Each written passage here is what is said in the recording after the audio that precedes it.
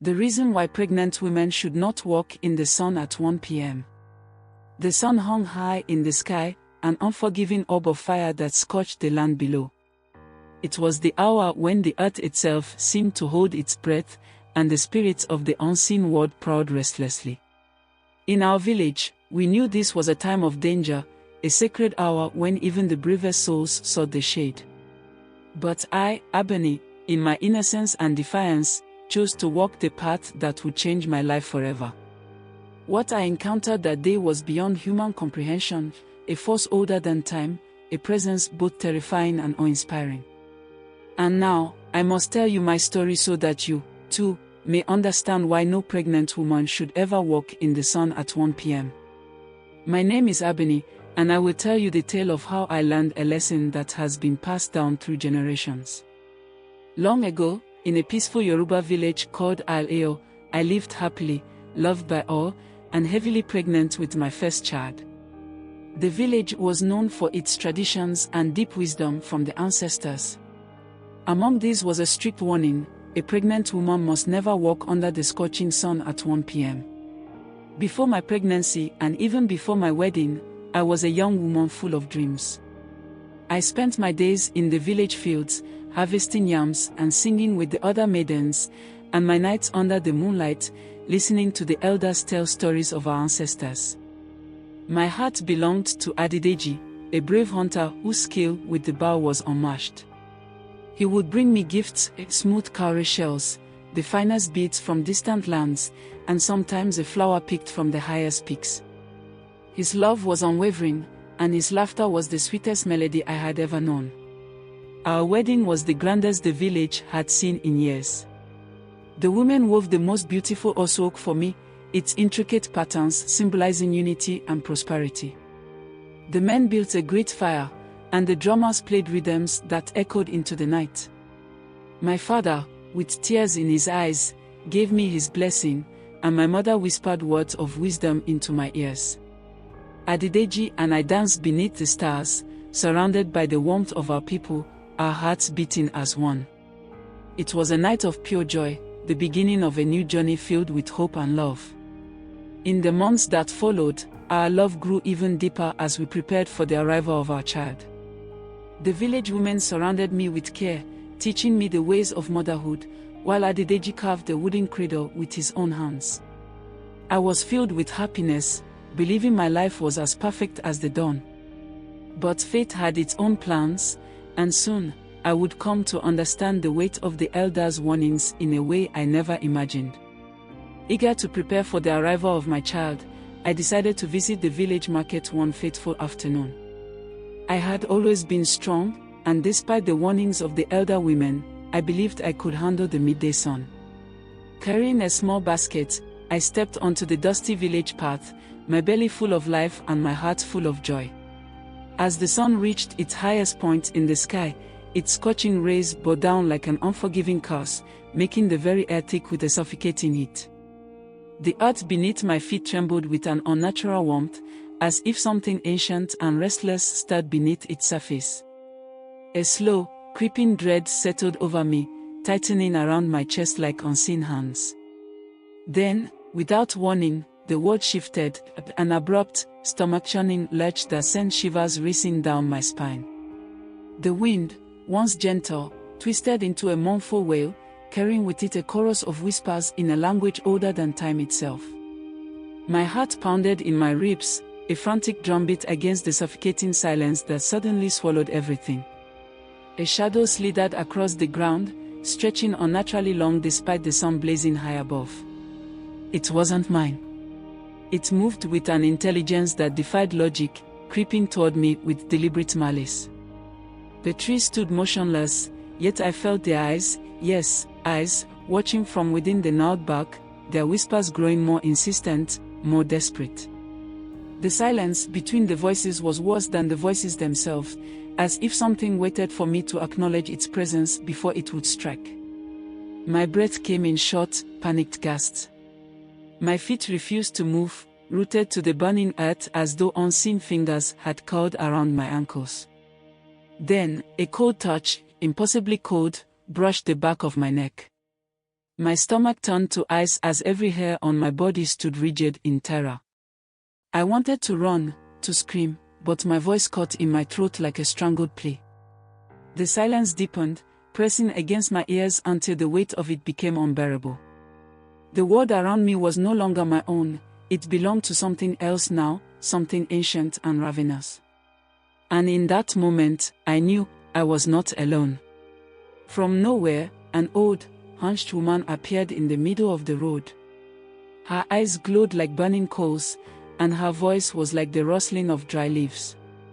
"Abeni, why do you defy the wisdom of your ancestors?" she asked, her voice a chilling whisper that slithered through the air like a serpent in the dark.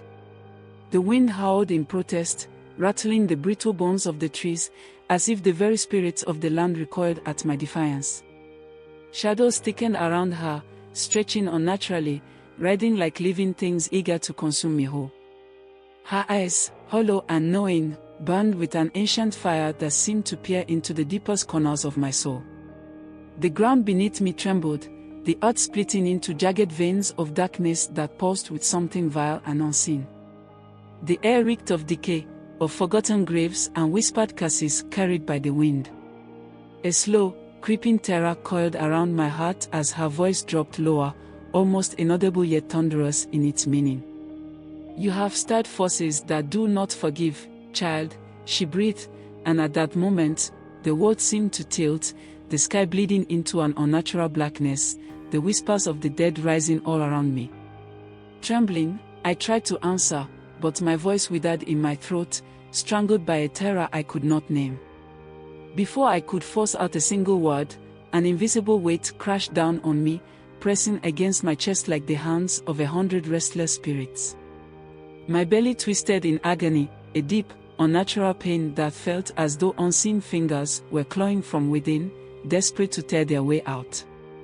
The wind rose into a shrieking wail, circling me like a predator severing its prey, its cold fingers slipping through my clothes, slicing into my skin like 1,000 unseen blades. My knees buckled, but I could not fall. Something held me in place, something far stronger than flesh and bone. A dark force, heavy with sorrow and malice, wrapped around me like chains forged from the cries of the forgotten. The old woman's hand rose slowly, her withered fingers curling as if plucking the strings of my very soul. And in that instant, I knew I could not move. My body was no longer mine. My breath came in ragged gasps, my heart pounding so violently it felt as if it would burst through my ribs. The air thickened with a scent of damp earth and decayed offerings, the stench of broken oaths and ancient suffering. The wind whispered my name now, each syllable drawn out in voices not of the living, voices filled with mourning, with anger, with hunger. My vision blurred, the edges of the world melting into shadows that twisted and crawled. The old woman's lips barely moved, but her voice echoed in my head, a terrible whisper filled with the weight of something older than time itself. "It is too late," she murmured, and with those words, the last sliver of hope inside me crumbled into dust. "The sun at this hour is not for mortals, especially those who carry life within them," she continued, her voice a low, eerie murmur that slithered into my ears like a venomous whisper. "At this time, the spirits walk, and the earth itself is restless." As she spoke, the ground beneath me trembled, shifting as if something deep below stirred from a long, hateful slumber. The air thickened, pressing against my skin like unseen hands, heavy with sorrow and the scent of something old, something rotten. Shadows stretched unnaturally, writhing and twisting like living things, their hollow forms flickering at the edges of my vision. A distant wail rose on the wind, not human, not animal, but something in between, a keening cry of anguish that sent icy fingers of dread down my spine. The sky, once bright, seemed to darken, the sun's light turning pale and sickly as if recoiling from the world below. My belly tensed, a sharp pain lancing through me, and in that moment, I understood, I was exposed, vulnerable, and whatever walked the earth at this cursed hour had already set its sights on me. With a flick of her wrist, the old woman vanished into the swirling shadows, as if she had never been there at all. The moment she disappeared, The invisible force holding me upright released me, and I crumpled to the ground like a marionette with severed strings. Pain lanced through my body, my limbs convulsing as if something unseen still clung to me, refusing to let go. The earth beneath me burned with an unnatural heat, searing through my clothes, branding me with a pain that was both physical and something deeper, something that touched my very soul. My vision blurred, the world fading into a twisted haze of agony and whispers. I could hear voices, distant but urgent, calling my name, but I could not answer. My body was too weak, my spirit too drained. A deep sorrow settled within me, not just my own but something older, something vast and unrelenting, as if I had become part of a grief that had existed for centuries. When the villagers found me, they recoiled in horror. The ground where I had fallen was blackened, scorched as if by a fire that had left no smoke, no ashes, only the mark of something unholy. My skin bore the traces of hands that had never been there, dark bruises in the shape of long, slender fingers that gripped my arms, my throat, my belly. Gasps and whispers spread among them, fear lacing every word. They knew what had touched me. They knew what had tried to claim me. Some wept, others hurried to fetch the elders, for they understood that whatever had marked me was beyond human hands to heal. I was carried back to the village, my body limp, my breath shallow. The night was spent in prayer, the elders chanting over me, their voices trembling as they fought to pull me back from the grasp of whatever had nearly taken me. The air was thick with the scent of burning herbs, of sacred smoke curling through the hut as they begged the spirits to show mercy. Though I lived, I was never the same. My body remained weak, my soul heavy, as if I had left a piece of myself in that cursed moment. Even as the child inside me grew, I felt a shadow lingering over me, watching, waiting. I could hear whispers in the wind at night, feel unseen eyes following me in the daylight. The villagers averted their gazes when I passed, murmuring prayers under their breath, fearing that what had touched me had not fully let go. Only when my child was born, when his first cries shattered the silence of the night, did the weight on my chest finally lift. But even then, as I held him close, I could not shake the feeling that something had been left behind in the darkness, something that still whispered my name.